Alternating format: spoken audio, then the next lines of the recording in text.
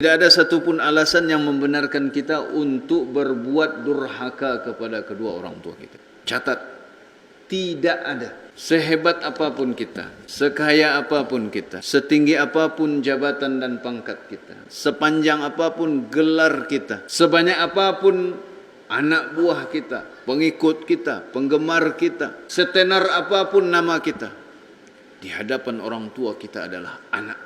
Hanya satu kata, Anda adalah anak orang tua Anda. Segala kehebatan itu, tanpa orang tua Anda bukan siapa-siapa. Seorang laki-laki yang berusia 60 tahunan saat itu bernama Haizan, di sebuah daerah di kerajaan Saudi Arabia.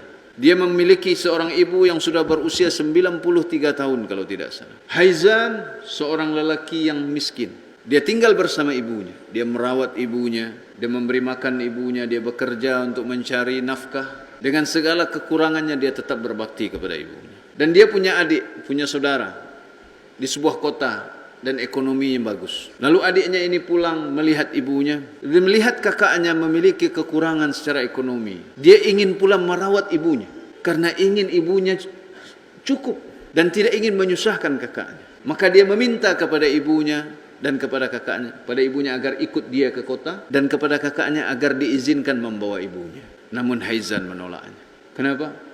Karena dia ingin berbakti kepada ibunya. Saya yang berhak merawat ibu. Walaupun dalam keadaan miskin dan susah. Tapi dia tidak ingin kehilangan pintu surganya. Adiknya pun begitu. Dia merasa ibunya berhak mendapatkan lebih daripada apa yang diberikan kakaknya. Dan dia diberi rezeki oleh Allah SWT.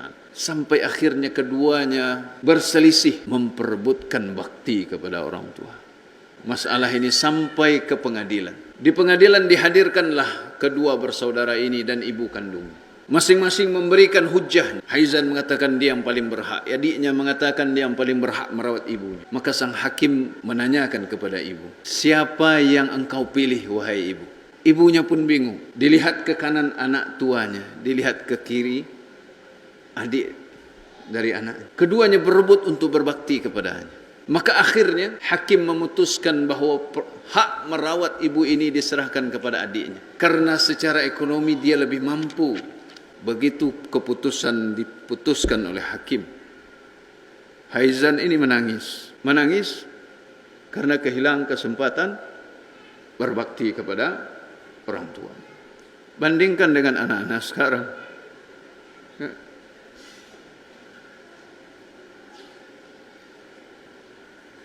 Yang berebut melepaskan diri dari orang tuanya.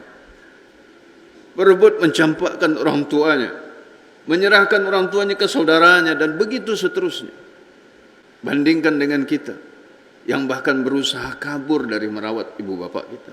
Harusnya keimanan kita mendorong kita untuk memperebutkan pintu surga kita ini. Yang bahkan ayah ibunya belum mati, dia sudah berbicara tentang harta warisan. Tidakkah dia tahu bahwa harta warisan itu adalah harta orang yang telah mati? Masih hidup ayah ibunya dia sudah menyebut harta waris. Apakah dia menginginkan ayah ibunya segera mati? Selagi ayah ibu kita hidup, harta mereka bukan harta waris. Jangan pernah menyebut Anda sebagai saya ahli waris. Bisa jadi Anda yang diwarisi, bukan Anda yang mewarisi. Tidak sedikit anak yang meninggal lebih dahulu daripada ayah ibunya. Lalu dari mana Anda berkata, saya ahli waris? Alangkah lancangnya lisan dan hati Anda.